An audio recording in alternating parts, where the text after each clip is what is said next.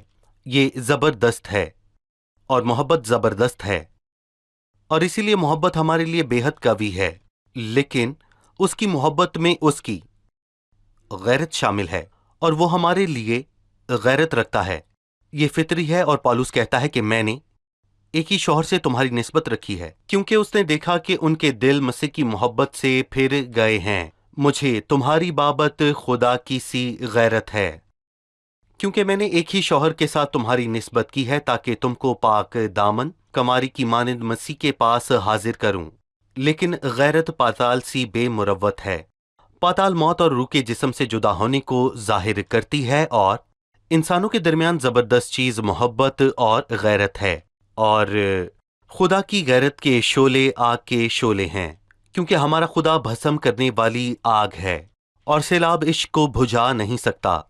اور پھر وہ کہتا ہے کہ باڑ اس کو دبا نہیں سکتی، اس کو ڈبا نہیں سکتے، اس لیے کہ محبت کی آگ کو کچھ بھی بجھا نہیں سکتا۔ اور پھر وہ کہتا ہے کہ ہمیں بھی خداوند سے مدد لینی چاہیے تاکہ ہماری طرف سے چاہے کچھ بھی ہو جائے، خدا کے لیے ہماری محبت متاثرانہ نہ ہو۔ جیسا کہ وہ اس کے بعد کہتا ہے کہ اگر آدمی محبت کے بدلے اپنا سب کچھ دے ڈالے تو بھی سراسر حقارت کے لائق ٹھہرے گا۔ اس کے بہت سے اطلاق ہیں، لیکن پہلا ہم سے تعلق رکھتا ہے۔ خدا محبت اور شفقت چاہتا ہے؟ نہیں۔ محبت، کیا ہم اسے محبت رکھتے ہیں یا نہیں؟ شمعون بن یوحنا، کیا تم مجھ سے محبت رکھتا ہے؟ خداوند جس چیز کا طالب ہے وہ ہے محبت، لیکن میں اس کا اطلاق شوہر اور بیوی پر بھی کرنا چاہوں گا۔ ایک بیوی اپنے شوہر سے کس بات کی منتظر ہوتی ہے؟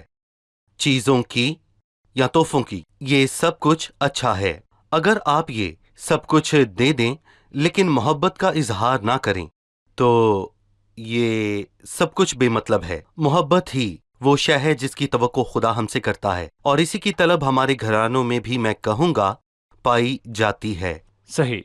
چلیے مہمانوں سے سوال جانتے ہیں۔ جی، 8ویں آیت میں لکھا ہے، ہماری ایک چھوٹی بہن ہے، ابھی اس کی چھاتیاں نہیں اٹھیں۔ جس روز اس کی بات چلے ہم اپنی بہن کے لیے کیا کریں؟ اس کی چھوٹی بہن سے کیا مراد ہے؟ جی بھائی، 8ویں آیت کا مفہوم کیا ہے؟ پہلا عام فہم تو یہ ہے کہ جب دلہن دلہے کی محبت سے خوش ہو جاتی ہے تو اسے اپنی فکر ختم ہو جاتی ہے، اور پھر وہ اوروں یہ کی سوچنے فکر۔ لگتی ہے کہ میری ایک چھوٹی بہن ہے جو ابھی بالغ نہیں، اور جس دن اس کی بات چلنے لگے تو ہم اپنی دلہن کے لیے کیا کریں؟ ایک دن آئے گا کہ جب اس کی شادی کرنی پڑے گی، کیا ہم ایسا کریں گے؟ اس سے ظاہر ہوتا ہے، پہلے میں اس کا روحانی اطلاق کرنا چاہوں گا، ایماندار کو اپنے درمیان کمزور لوگوں کی فکر کرنی ہے۔ کبھی کبھار ہم کمزوروں کو دیکھ کر ان پر جتنے تنقید نو کرتے عمر ہیں۔ تجھے یہ کیوں کر سمجھ نہیں آتی؟ کیونکہ تو ایک پاک زندگی نہیں گزار رہا، لیکن ایک کمزور کو زیادہ توجہ کی ضرورت ہے، اس کا زیادہ خیال رکھا جائے۔ اور وہ کہتا ہے کہ اگر وہ دیوار ہو تو ہم اس پر ایک چاندی کا برج بنائیں گے۔ دیوار روحانی طور پر جدائی کی طرف اشارہ کر رہی ہے، لیکن کچھ ایسے ایماندار ہیں جن کی سمجھ جدائی سے آگے جاتی ہی نہیں ہے۔ پر تمہیں جاننا ہے کہ نجات ہے۔ چاندی مسیح کی نجات کو ظاہر کرتی ہے، اور جدائی کے ساتھ دوسروں کے لیے محبت کے جذبات بھی ہونے چاہیے، جہاں پر میں مسیح کی نجات کی اہمیت کو ظاہر کر سکوں کہ اس نے ہمارے لیے کیا کیا۔ اور اگر وہ دروازہ ہو تو ہم اس پر دیودار تختے لگائیں گے۔ اور ہم ایک اور دروازے کو دیکھتے ہیں جس پر تخت لگائے گئے ہیں، لیکن دیودار کے یہ تختے کس کی طرف اشارہ کرتے ہیں؟ مسیح کی طرف۔ وہ دروازہ جس سے لوگ اندر آتے اور باہر جاتے ہیں، لیکن اندر آنے اور باہر جانے میں فرق ہے۔ فرق اس سے پڑتا ہے کہ لوگ دیودار کو دیکھیں جو مسیح ہے، اور یہ تو رہی روحانی پہلو کی بات، لیکن ہم نبوتی پہلو بھی نہ بھولیں جو کہ ایماندار بکیا کے حوالے سے ہے، جو خدا ان کے پاس جو لوٹ کر آئے گا، اور وہ کہتی ہے میری ایک چھوٹی بہن ہے جو ابھی بالغ نہیں ہوئی۔ اور یہودا اور بنیامین کے قبیلے اپنے خداوند کے پاس لوٹ آئیں گے، لیکن ان کے اور بھی بھائی ہیں بکھرے ہوئے، جو بکھرے ہوئے ہیں اور روحانی سمجھ نہیں رکھتے۔ وہ ان کے خیال میں کھوئے ہوئے ہیں اور فکر میں ہیں کہ ان کے لیے کیا کریں، اور وہ کہتی ہے کہ میں انہیں چاندی دوں گی اور انہیں مسیح کی نجات کے متعلق بتاؤں گی، اور مسیح کے جلال کے متعلق بھی یہی دیودار کے تختے ہیں۔ صحیح۔ 13ویں اور 14ویں آیت سے اس کتاب اور قسط دونوں کا اختتام ہوتا ہے۔ اے بوستان میں رہنے والی رفیق، تیری آواز سنتے ہی مجھ کو بھی سنا۔ وہ کہتی ہے، اے میرے محبوب جلدی کر اور اس غزال یا آہو بچے کی مانند ہو جا جو بلسانی پہاڑوں پر ہے۔ میری توجہ اس بات نے حاصل کی کہ ہر بار دلہن کہتی ہے اے میرے محبوب، لیکن اس بار وہ کہتی ہے اے میرے محبوب جلدی کر۔ پہلی بات یہ کہ ہم کتاب کے اختتام پر نقطۂ عروج پر پہنچ جاتے ہیں۔ یہ حصہ فتح مندی اور محبت کی تاج پوشی پر مبنی ہے، اور وہ اس کی آواز کو سننے کا طالب ہے۔ اے بستان میں رہنے والی رفیق، تیری آواز سننے کے طالب ہیں، مجھ کو بھی سنا۔ میرا گواہ بن کے مجھ پر غور کر اور میری ہی بات سنتا جا۔ اور وہ جواب میں کہتی ہے کہ اے میرے محبوب جلدی کر اور اس غزال کی مانند ہو جا، اور وہ اس کے دوبارہ آنے کا انتظار کرتی ہے تاکہ وہ اس کے ساتھ ایک ہو سکے۔ وہ کہنا چاہتی ہے کہ مجھے تیری بہت یاد آتی ہے، سو جلد آ کر مجھے یہاں سے اپنے ساتھ لے جا۔ ہمیں اپنے ساتھ لے جا، اس غزال کی مانند جلدی کر، اس غزال یا آہو بچے کی مانند ہو جا جو بلسانی پہاڑیوں پر کودتا پھاندتا ہے۔ اور کتاب کا اختتام ایسے لہجے کے ساتھ ہوتا ہے جس میں ابدی میل کی طلب ہے جبکہ جدائی نہیں ہے۔ ساری کتاب میں وہ اسے یہ کہتی ہے کہ میرے محبوب آ، میرے محبوب آ۔ جب وہ اسے لینے کو آتا ہے تو یوں لے جاتا ہے گویا وہ دونوں دنیا سے بچ کر نکل گئے۔ وہ اس لمحے کا انتظار کرتی ہے، جبکہ وہ تنہا نہیں بلکہ وہ اس کے ساتھ چلی جاتی ہے، وہ اسے اس کی جگہ سے لے جاتا ہے۔ شکریہ ڈاکٹر فرید، آپ کے ساتھ مطالعے کا بہت لطف آیا۔ ہر ایک لفظ کو پڑھتے ہوئے میرا دل خداوند کی حمد سے لبریز ہوتا ہے، جبکہ میں ایمانداروں کے لیے اس کے جذبات کو سمجھتا ہوں۔ وہ ایمانداروں سے بے حد محبت کرتا آمین۔ ہے۔ عشق موت کی زبردست اور غیرت پاتال سے بے مروت ہے۔ شکریہ۔ اب قسط کی اور اس دہرائی کے کا بعد میں وقت ہے۔ چاہوں گا کہ ہم اس مطالعے کا اختتام دعا سے کریں۔ میں اس سارے مطالعے کے لیے دعا کرنا چاہوں گا تاکہ ہمارا مطالعہ تمام دیکھنے والوں کے لیے بابرکت ہو۔ آمین۔ چلیے مہمانوں سے ان کی رائے جانتے ہیں۔ جی کیا کہیں گے؟ بائبل عظیم ہے اور خدا بے حد عظیم ہے۔ میں اس شخص کی حوصلہ افزائی کرتی ہوں جو بائبل پر تنقید یا شک کرتا ہے کہ وہ پہلے اس کو پڑھے، اور مجھے یقین ہے کہ کلام اس کا دل جیت لے گا۔ آمین۔ ہم بیابان میں تھے لیکن ہم تنہا نہ تھے، اور ہم تنہا نہیں چل سکتے، لیکن یہ کون ہے جو بیابان سے اپنے محبوب پر تکیہ کیے چلے آتی ہے؟ اس کتاب کے مطالعے کے بعد میں نے سمجھا کہ یہ کس قدر لطیف اور جمیل ہے۔ نہ صرف کتاب بلکہ دلہا، اس کے لیے میرا اشتیاق بڑھ گیا ہے، بلکہ جیسا کہ دلہن آخر میں کہتی ہے کہ وہ اسے دیکھنا چاہتی ہے اور اسے کہتی ہے جلدی کر، میں اسے کہتا ہوں کہ جس دن ہماری ملاقات ہوگی وہ بہترین دن ہوگا۔ شکریہ، خداوند آپ کو برکت دے۔ خداوند کے فضل سے آنے والی قسط میں نئی کتاب کے ساتھ حاضر ہوں گے۔ ڈاکٹر فرید، میں چاہتا ہوں کہ آپ ناظرین کے لیے دعا کریں۔ آمین۔ اے میرے خداوند پیارے یسوع مسیح، ہم تیرا شکریہ کرتے ہیں کہ تو نے ہمیں فہم بخشا کہ ہم تجھ پر ایمان لائیں اور تیری کتاب سے محبت رکھیں۔ ہم اس کتاب کے مطالعے کو تیرے ہاتھ میں دیتے ہیں، تجھ پر بھروسہ رکھتے ہیں اور درخواست کرتے ہیں کہ اس کتاب کے مطالعے کو تو بہتیروں کے لیے باعث برکت بنا۔ اس فہم اور سمجھ عنایت کرنے اور روحانی ترقی کے لیے، اور اس مطالعے کے ذریعے چاہت کے بڑھنے کے لیے اور تیری گواہی کا ذریعہ بننے کے لیے ہم اس کو پورے ایمان کے ساتھ تیرے ہاتھ میں دیتے ہیں، اور درخواست کرتے ہیں کہ اسے اپنے جلال اور سب لوگوں کی بھلائی کے لیے استعمال کر۔ خداوند یسوع مسیح، سارا جلال تیرا ہی ہے۔ آمین۔ آمین۔ عزیز ناظرین، ہم خدا ان کے شکر گزار ہیں، ہم قسط کے اختتام کو پہنچے ہیں۔ قیمتی بات جس کے ساتھ میں آپ کو رخصت کر سکتا ہوں بائبل کو پڑھنے میں آپ کی حوصلہ افزائی ہے، تاکہ آپ اور تمام ناظرین بھائی فرید کی دعا سے بھرپور فائدہ اٹھائیں اور اس مطالعے کے وسیلے خدا ان سے محبت رکھنے میں آپ کی مدد کرے۔ اور اس کتاب کے آخری الفاظ، اے میرے محبوب جلدی کر، میرے محبوب ہم تیرا انتظار کرتے ہیں، لیکن جان لیجئے کہ یقیناً جب خداوند آئے گا تو انہی کو اپنے ساتھ لے کر جائے گا جو اس پر ایمان لائے۔ فقط اپنی دلہن کو صرف انہی کو لے جائے گا جنہوں نے اسے اپنا شخصی نجات دہندہ قبول کیا۔ اگر مسیح آ جائے تو کیا آپ اس کے ساتھ آسمان پر جائیں گے؟ کیا وہ آپ کو اپنے ساتھ لے کر جائے گا؟ کیا آپ اس کے مشتاق ہیں؟ کیا آپ ابدیت میں اس کے ساتھ کے طالب ہیں؟ مسیح کو قبول کیجئے اور اس سے کہیں آمین اے خداوند، آمین اے خداوند۔ آنے والی قسط میں آپ سے پھر ملاقات ہوگی۔